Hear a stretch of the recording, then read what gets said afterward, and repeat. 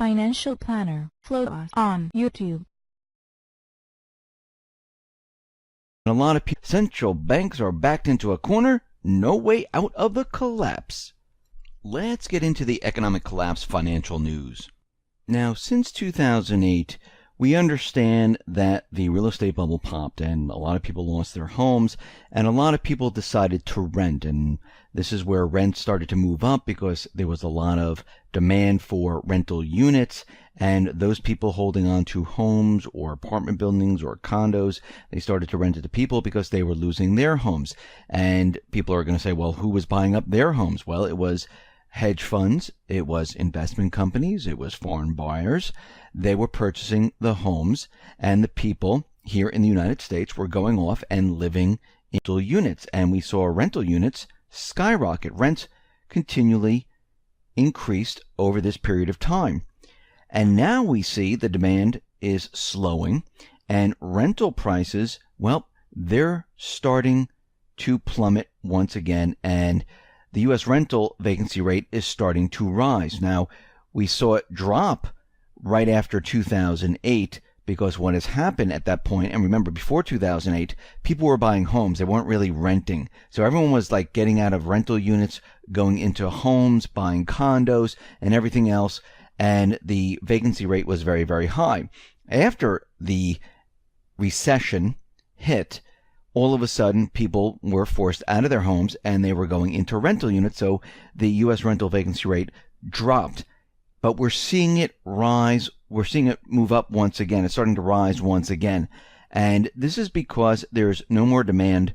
The demand is still there, but it's not as large as it was during the recession period. And what we're seeing right now is there's going to be problems moving forward because in New York City, the median asking rent for one bedroom dropped around 4.3% year over year to around $2,870. For two bedrooms, it dropped about 10.7% to $3,100. Now, this is still very expensive, and we're not just seeing this in New York City. We're seeing it in other places like Chicago, for instance. Apartment rentals, a one-bedroom dropped by 15.9%. A two-bedroom dropped 15.6%. We're also seeing it in Seattle. We're also seeing it in Boston. We're also seeing it in Oakland, California. We're seeing it in Miami, Florida. And it goes on and on and on. And what we're seeing right now is that people are not able to pay this type of rent. And the demand is not there anymore. And what we're seeing is that these people are not going to purchase homes. They're staying where they are. Everything's evened out. And all these homes that they were building and all the homes that have been, caught up in the hedge funds and investment companies and the foreign purchases, well, they're just holding on to the homes looking for people to rent this. Now, they were instructed to rent it or just hold on to it. Do not let it go. Banks, for foreclosures, they were letting people just live in the homes so those foreclosures didn't go on the market, where then it would basically lower the housing prices. If you keep more of the houses off the market, it increases the value of the homes because there's not many out there to sell. So what we're seeing right now is the reverse is happening. And we're going to see the vacancy rate continually move up. We're going to see rents come down. And this whole thing is starting to look like, yes, 2008 once again. And we're headed in that direction. We see Trump is out there, and he is proposing that we repeal Obamacare's individual mandate to fund his proposed tax cut. Now, I agree with getting rid of the mandate. Actually, I agree with getting rid of Obamacare completely, but getting rid of the mandate would help a lot. Now, think about it. All the people who say that insurance is too expensive because you're caught in the middle, you're not getting the subsidies, the corporation that you're working for maybe is not paying for your insurance, or you lost your job and you need insurance, but it's just too expensive, or you have a couple part-time jobs and the insurance is too expensive, so you opt out of it, and now you're being taxed. Well, think about it. If we got rid of the tax mandate, remember something like 7.5 million people paid the tax mandate. If we got rid of it, this money would go back into the people's pocket and people would be able to use it to survive or spend in retail or some other place. And I agree with Trump right now that this should be removed completely. And he's saying that if we do this, this would save quite a bit of money. Now, are they going to do it? We don't know. The amount that the government will save, they're saying over the next decade, and they always come up with all these different numbers, $416 billion. Now, I don't really care that it saves the government any money because they're going to just continually borrow. What I'm concerned about is it's going to put money back into the people's pockets. And the people will be able to buy more food, maybe survive a little bit better, maybe go out and purchase things that they really need. And I think this would be a complete plus for the everyday person. Now, the Fed had their meeting today, and they're saying that they're leaving the policy completely unchanged. Now, what's very interesting about this is that the central banks, they are backed into a corner. There's no way out for them. There's nothing they can do. They already brought the interest rates to the lowest point they possibly can. They can't raise the interest rates, or this would cause a chain reaction in real estate, auto loans, student loans, corporate debt, the governmental debt. I mean, it would just be a complete and utter nightmare. But what's very interesting about all of this is that since they've made no changes because they're stuck, they can't do anything right now. They don't want to touch it because they thought that they were going to have the establishment in power where they could push some type of an event to cover up the collapse. Now, since this is not happening, this is very difficult to do because they don't want to be blamed for this collapse. So they have to be very, very careful in what they do to make sure that the economy doesn't come down. Now, they were going to bring it down, and they can do it in a split second, but they're trying to do nothing at this point because they don't want to be blamed for the economy coming down. And the economy is so bad off that they're saying that the economy, and I'm talking about the Fed, they're saying that the economy is doing fantastically. They upgraded the growth from moderate to solid. They're saying that unemployment is great. Inflation is stabilized around 2%. They said the marketplace is strengthening and everything looks great.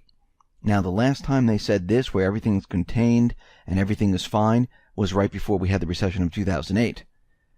The reason why they're saying this is because they want to keep the illusion alive that everything is absolutely perfect. And this is why they're putting this message out there, because if it does come down, and they already started the propaganda with the corporate media saying that, yes, the economy looks like it has problems, but if it does come down right now, without any type of an event, they will be blamed for everything. This is why they need a distraction. And it's a little tricky right now because they were expecting to have a distraction if the cabal, the deep state, the establishment was in power. But they're not. And this is the major problem for them. And we can see right now that they have major problems all around the world. First of all, the debt is unsustainable. We see that cryptocurrency is growing and growing and growing. Other countries are looking into it. Iran is looking to use cryptocurrency. Many other countries are looking at cryptocurrency because if you really think about it, cryptocurrency allows them to get around all the sanctions. It gets around the private Western Central Bank, and the countries don't have to worry about dealing and borrowing funds. And I do believe that cryptocurrency will eventually be the wave of the future of all the different countries using currency. Now, the central banks, they don't want this to happen. They're going to pressure governments to create laws to say that people must use this type of coin. That's what they're going to try to do. I'm not going to say this is going to be successful, but they did it back in 1913. Everyone had to use what? The Federal Reserve note. In Europe, everyone had to use the euro. They're going to try to do it with the crypto market. Will they succeed? Well, we don't know as of yet. And of course, once they do this, it will be centralized. It will no longer be decentralized. It will never be free and open. It will be controlled. And this is exactly what they want. They want control of everything. And we can see that countries right now, they're moving away from the dollar. They're making preparations to work without the dollar. Either they're going with the petro yuan, or they're going with cryptocurrency. or they're bartering right now. And most of the countries are leaning towards cryptocurrency because it's much easier to use, it's electronic, and you can transact in these type of currencies. So what we're seeing right now is countries are getting prepared for what is coming. The Fed, they're backed into a corner. The central banks around the world are backed into the corner. They already prepped the world for a collapse. They moved everything from the west to the east. Everything is set. Everything's ready to go. All they need is some type of distraction, which they don't have right now. And this is the problem, because they need the distraction to say that someone else did this. Someone else collapsed the economy. And if you notice, Trump has really done nothing with the economy. It's basically exactly what Obama gave him. He didn't change anything. There's no new tax incentives. He didn't bring manufacturing back. He didn't do anything. Actually, it's exactly the way it was. The same manipulations going on. He's just keeping everything going. He's allowing them to manipulate the stock market. And he's showing that, yes, look, everything is great. Because what are they going to do? Blame it on him right now? He can say, well, I haven't changed NAFTA. I haven't pushed my tax code. That hasn't gone through. Obamacare is still there. I have done nothing, and you're telling me the economy is just falling apart? How could this be? Because this was a handoff from Obama, and he said, I'm passing a strong economy over to Trump. And you can see that the manipulation is continuing right now. And he's doing this on purpose, because he's playing their game. But as we know, eventually this system's going to come down. And I don't know if the Fed will be able to control the system when it does start to come down, because I think it's going to come out of left field and they're not going to know what to do at this point. This is why they don't want to touch too much, because they know one little thing could set it off. And that's why they're just keeping it the way it is. So don't listen to the corporate media. Don't believe what they're saying, because most of the stuff what they're saying is really not true. It's fake news. We've been looking at the economic data, and in my opinion, when we look at all this economic data, we see that different sectors, well, they're deteriorating very, very quickly.